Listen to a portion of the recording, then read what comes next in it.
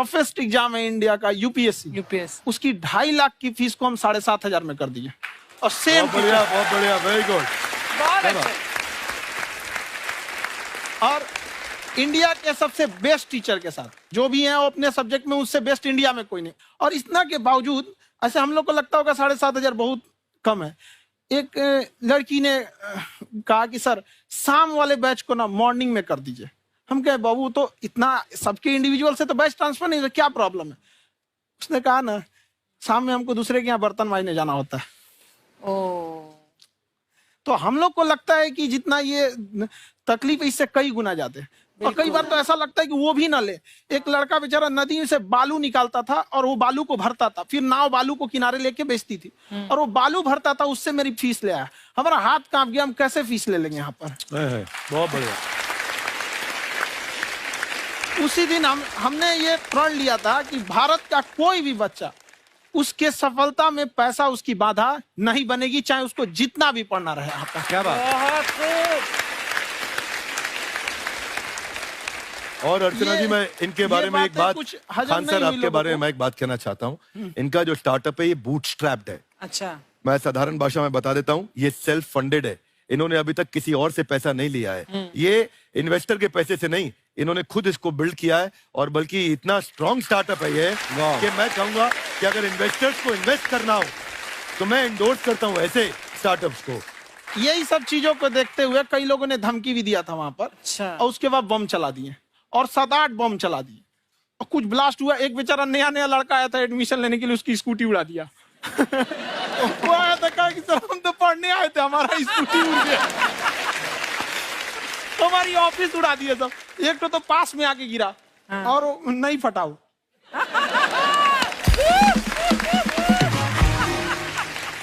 बाद में बहुत सारे लोग धमकियां दिए, लेकिन कहते हैं ना सूरज कितना भी तेज चमक ले समंदर नहीं सुखा सकता। वाह वाह वाह, क्या बात है।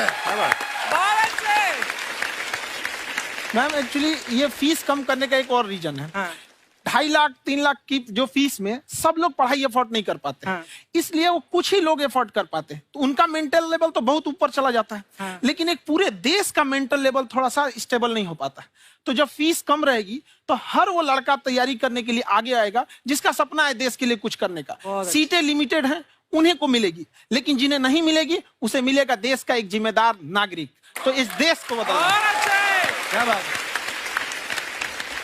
हम लोग विश्व गुरु कहे जाते थे, क्यों? क्योंकि दुनिया से लोग हमारे यहाँ पढ़ने आए थे। चाइना से ह्वेनसांग आया, फायान आया, आज कोई नहीं आता है। हम लोग का उद्देश्य एक समय आएगा जो फिर आएंगे यहाँ पढ़ने के लिए। क्या बात है सर।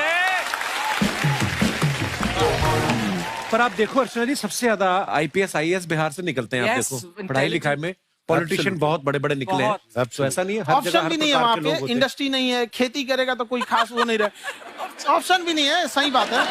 बिहार की मिट्टी में एक चीज है, जिद तो बहुत जबरदस्त है। कुछ भी नहीं रहेगा तो सब कुछ पाने का उसको जिद रहेगा, करके भी दिखा देगा। वहाँ पे कर देंगे हम यहाँ पे। विवेक सर, आपके बारे में हमने सुना एक बार आप संन्यास लेने चले गए थे। कौन वापस लेके आया आपको? फिर कहाँ तक पहुंच गए थे आप? नहीं, मैं एमबीए की पढ़ाई के बाद मैं ये सोचा था कि अपना जीवन भगवान की सेवा में समर्पित कर दूं। अच्छा जी। बहुत साल मैं वृंदावन में रहा था और गुरुकुल में रहा था। अच्छा। और वहाँ सेवा करना, बहुत अच्छी शिक्षा मिली। मैं बोलता हूँ मेरी असली एमबीए वही थी, मोस्ट ब्यूटीफुल एसोसिएशन। वाह। और मैं वहाँ भगवत गीता पढ़ी, जहाँ मुझे गीता से लगाव हुआ। तो मेरे गुरुजी का आदेश था कि आप भगवत गीता को बिजनेस मैनेजमेंट के साथ जोड़ के देश दुनिया में बताओ। मेरे को लगा बड़ा मुश्किल काम है। मैंने बाद में देखा कि डॉक्टर स्टीफन कॉवी, जिनकी किताब है 7 habits of highly effective people, आप सबने पढ़ी होगी, उन्होंने बोला मैंने 7 हैबिट भगवत गीता से लिए। और हमारे देश के लोग ऐसे हैं जो मेरी किताब पढ़ते हैं, जो कि 3.5 मिलियन कॉपीज बिक चुकी हैं, और भारत में भगवत गीता नहीं पढ़ते। तो मुझे लगा कि मैं गीता विद मैनेजमेंट के ऊपर आकर के बातचीत करूं। मुझे लगा बहुत कठिन होगा, पर मेरे गुरुजी का आदेश था कि कठिनाई आपको तभी तक दिखेगी जब कठिनाई को देखोगे। तो एक छोटा उन्होंने मुझे बताया, पूछा कि इस कमरे में लाल रंग कितनी जगह है, देखो आप भी एक बार जरा देख के बताओ। 7-8 जगह लाल रंग दिख रहा है यहाँ पे आपको? 1 ये 2, वो लाल रंग टी शर्ट पे 3 4 5, ये लाल हो गया 6, उधर लाल हो गया 7, एप्पल लाल, बिल्कुल ठीक 7। पर जब आप लाल रंग ढूंढ रहे थे तो क्या आपको हरा रंग दिख रहा था? Yes no? नहीं। जब आप लाल रंग ढूंढ रहे थे तो क्या आपको काला रंग दिख रहा था? Yes no? नहीं। नो। जिंदगी भी ऐसी है, जो ढूंढोगे वही मिलेगा, बाकी कुछ नहीं मिलेगा। तो उन्होंने कहा कि आप इसी सोल्यूशन पे फोकस करो और गीता के मैसेज को पहुंचाओ। तो मैं बिजनेस मैनेजमेंट के प्रोग्राम्स कॉर्पोरेट्स में करने शुरू किए, क्योंकि गीता पहला मोटिवेशनल सेमिनार जो पृथ्वी के इतिहास में कपिल जी हुआ, वो कृष्ण ने दिया था। पहले मोटिवेशनल स्पीकर इस पृथ्वी के इतिहास के कृष्ण थे, जिन्होंने अर्जुन को रणभूमि में मोटिवेट किया था। बड़ी पेशेंस कृष्ण ने अपने लीडरशिप क्वालिटी से दिखाई, वो मुझसे मुझे बड़ा इंस्पायर किया, वो चर्चा ने इंस्पायर किया और डिस्कशन ने इंस्पायर किया। तो उस डिस्कशन को मैं आज भी लेके चलता हूं अपने साथ। कहां सर, हमने सुना है आप 5 स्टार में रुके थे कल और नीचे जाके वड़ा पाव खाने गए आप रेहड़ी पे। एक्चुअली क्या है ना कि वहां जो चीजें सीखने को मिलती है ना, खाली पेट और खाली जेब इंसान को जो सिखाते हैं वो किसी यूनिवर्सिटी कॉलेज में नहीं सिखाया जाता। और गरीबी बड़ा बेशरम चीज होती है। तो कहते हैं कि मौत भी तू जल्दी आया कर गरीब के घर में, कफन का पैसा भी खर्च होता है दवाइयां खरीदते खरीदते। हाय हाय हाय, क्या बात है। और खान सर की खासियत ये है कि जिसको तो पढ़ना है, जिसको एजुकेशन चाहिए, वो तो इनका वीडियो देखते हैं, लेकिन वैसे भी कई लोग, जैसे अर्चना जी बात करी थी, कहती मैंने जब देखना शुरू किया तो मैंने बैक टू बैक इतने सारे वीडियोस देखे, क्योंकि आपका जो तरीका जो बोलने में, एक तो इनकी जो टोन है पढ़ाने में, और साथ साथ में जो ह्यूमर आता रहता है, तो उसकी वजह से और भी इंटरेस्टिंग हो जाते हैं आपके वीडियो। शुरुआत में हम लोग जब स्टूडेंट लाइफ में थे, या हम कई स्टूडेंट को भी देखते हैं, वो बेचारे जब थक जाते हैं तो आपका शो देखने लगते हैं। तो शुरू में हमको लगता था जब कि अरे यार हमारी पढ़ाई उसके लिए है, लेकिन पढ़ाई में थक जाता है, शो देख के नहीं थक जाता है। हाँ। तो हमने सोचा दोनों को मिक्स कर देते हैं। तो हमने उसको, और आज आपको पता नहीं हमने भी यही किया है। मिक्स करने। हमारे एजुकेशन सिस्टम में 2 कमी है। हाँ। एक एजुकेशन की, दूसरा सिस्टम की। आप पटना से हैं ना? हाँ। हमें भी पटना पसंद है। बस कोई पटाने वाला चाहिए। नहीं, मजाक नहीं कर रहे हैं। आपका जो चैनल है, हम दिन में 10 बार आपके चैनल को सब्सक्राइब करते हैं।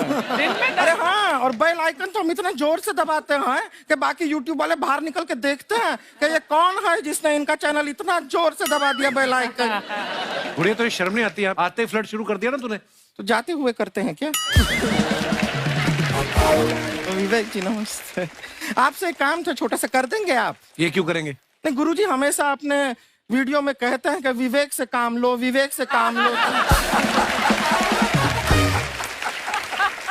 विवेक मतलब दिमाग से काम लो आप।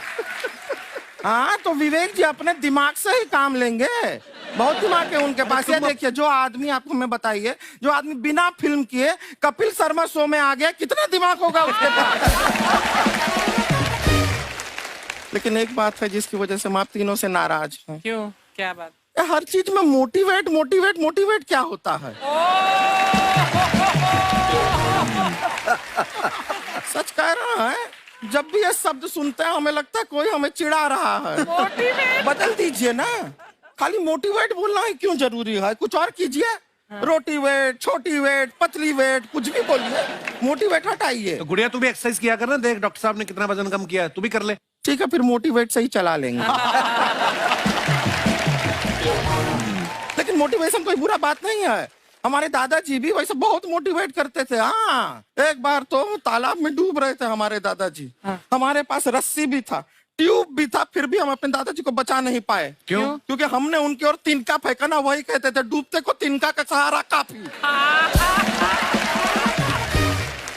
नहीं लगा सहारा, दादाजी बुड़बुड़ बुड़बुड़ बुड़बुड़।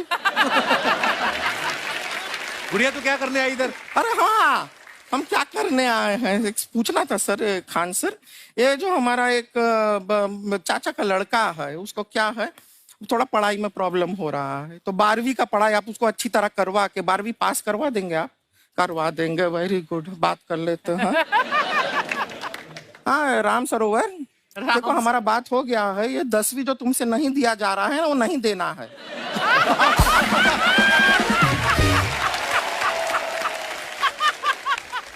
टेंशन नहीं है, 10वीं का खान सर से बात हुआ, ये सीधा 12वीं पढ़ा के पास कर देंगे। अरे ऐसे नहीं होता, पहले 10वीं पास करनी पड़ेगी, फिर 12वीं होगी ना।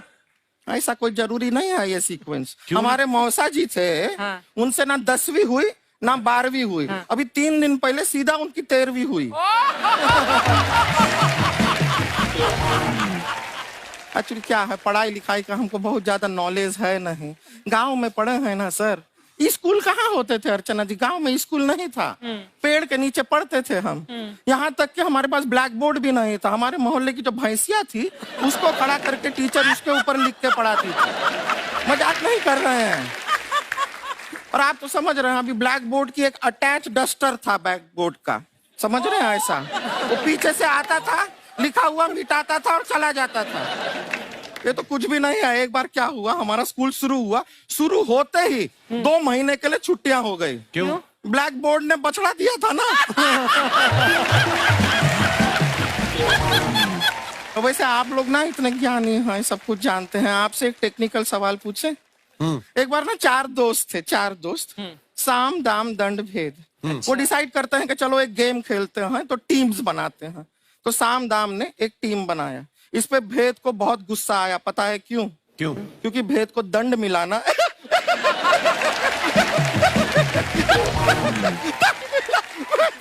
ये सिर्फ हंसती नहीं है सर, थोड़ा सा पेट्रोल पिला दो स्टार्ट भी हो जाती है।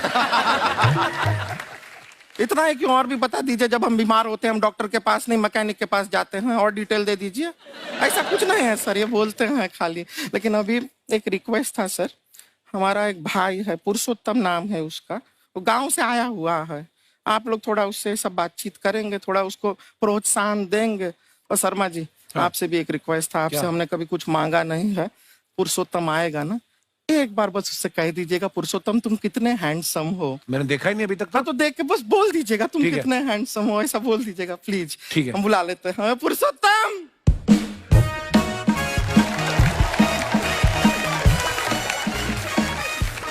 ये पुरुषोत्तम है। वाह, तेरा भाई बड़ा हैंडसम है। है तो हमारे खानदान में सब हैंडसम है, ज्यादा चापलूसी करने का जरूरत नहीं है। देखा हमारा यहाँ पे कितना चलता है। एक नंबर दीदी, एक नंबर। सब लोग हैं, नमस्ते कर दो। ये बड़ा अच्छा लड़का है, गांव में ना भैंस चराता है, इसको थोड़ा मोटिवेट कीजिए ना। नहीं तो मतलब भैंस चराता है तो मोटिवेट करके क्या होगा, शेर चराएगा बाद में। अरे शेर चराएगा तो शेर इसको चर नहीं जाएगा।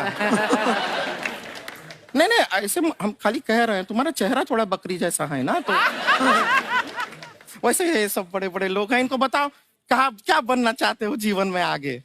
HR। HR? अरे वाह, देखे कोई बड़ा कंपनी में ह्यूमन रिसोर्स का काम करेगा ये। अरे HR मतलब दीदी ऋतिक रोशन, टिनी टिन टिन टिनी टिन टिन। ना जूता पहनने का काम किया करो, जूता खाने का नहीं। काम किया है, कुछ बड़ा किया है लाइफ में? किया ना दीदी, एक बकरी के बच्चे को बड़ा किया है। तो क्या जिराफ बना दिया बकरी के बच्चे को? अरे कुछ अलग किया है। हाँ दीदी, अलग किया है। वही बकरी का बच्चा भैंस का दूध पीने जा रहा है, तो हमने उसको अलग किया है।